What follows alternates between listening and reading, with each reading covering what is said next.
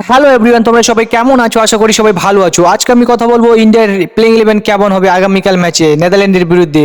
অভিষেক শর্মা কি এই ম্যাচে ওপেনিং করবে? কারণ অভিষেক শর্মার যে ফর্ম খারাপ চলছে, সে কি এই ম্যাচে চান্স পাবে? সবকিছু বলবো এই ভিডিওতে। তার সাথে কথা বলবো গৌতম গম্ভীরের কিছু আপডেট নিয়ে। তার সাথে কথা বলবো টি-20 বিশ্বকাপ 2026-এ এখনো পর্যন্ত কটা টিম সুপার 8-এ কোয়ালিফাই করলো। ভিডিওটি ইন্টারেস্টিং হতে চলেছে, ভিডিওটি পুরোটা দেখবেন। আর ভিডিওটি ভালো লাগলে চ্যানেলটি সাবস্ক্রাইব করতে ভুলবেন না। তো চলো বেশি দেরি না করে ভিডিওটি শুরু করা যাক। ভিডিওটি শুরু করবো গৌতম গম্ভীরের আপডেটটি দিয়ে। গৌতম গম্ভীরকে ভাই রাজস্থান রয়্যালস অনেক বড় অফার করেছে। গৌতম গম্ভীরকে অফার করেছে, তুমি যদি আমাদের টিমে জয়েন করো তাহলে তোমাকে আমি আমার টিমের পার্টনার বানাবো, তার সাথে মেন্টর এবং সিও বানাবো। গৌতম গম্ভীর সরাসরি জানিয়ে দিয়েছেন আমার ওইসবে কোনো ইন্টারেস্ট নেই, এখন আমি ওইসব নিয়ে ভাবতে চাই না। আমি শুধু টিম ইন্ডিয়াকে নিয়ে ভাবতে চাই, কারণ আমার 2027 অব্দি আমার সাথে টিম ইন্ডিয়ার চুক্তি আছে। তাছাড়া 2028 সালে যে অলিম্পিকটি হবে, যেখানে ভারতের টিম খেলবে, সেখানে আমি গোল্ড মেডেল জিততে চাই। কারণ আমার একটা স্বপ্ন আছে, আমি গোল্ড মেডেল জিততে চাই অলিম্পিকে। কারণ আমার একটা অনেক বড় স্বপ্ন যে গোল্ড মেডেল আমি জিতবো অলিম্পিকে। পরে যে আপডেটটি দেবো সেটি হলো টি-20 বিশ্বকাপ 2026-এ এখনো পর্যন্ত কটা টিম কোয়ালিফাই করলো সুপার 8-এর জন্য। এখনো পর্যন্ত 7টি টিম কনফার্ম হয়ে আছে। এর মধ্যে আছে India, West Indies, south Africa,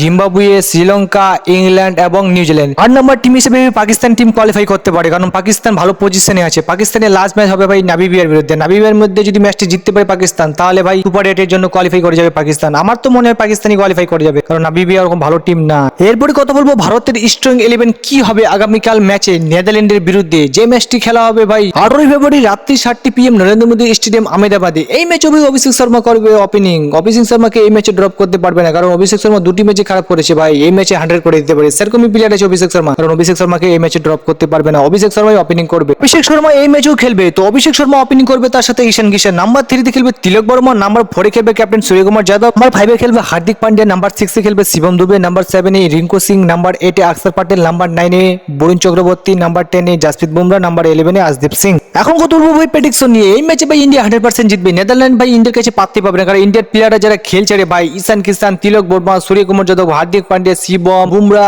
ভাই কি খেলছে রে ভাই, এদের কাছে পাততেই পারবে না নেদারল্যান্ড। ইন্ডিয়া ভাই 100% ম্যাচ জিতবে ভাই। ওভার কনফিডেন্স ভালো না, মজা সম্মুখেও পাকাটে যায়, আমি সেটাও জানি ভাই। তাও আমি বলছি ইন্ডিয়া এই ম্যাচ 100% জিতবে। আপনাদের মধ্যে কে ম্যাচ জিতবে এবং ইন্ডিয়ার বেস্ট প্লেইং 11 কি হবে এই ম্যাচে কমেন্ট করে জানাও।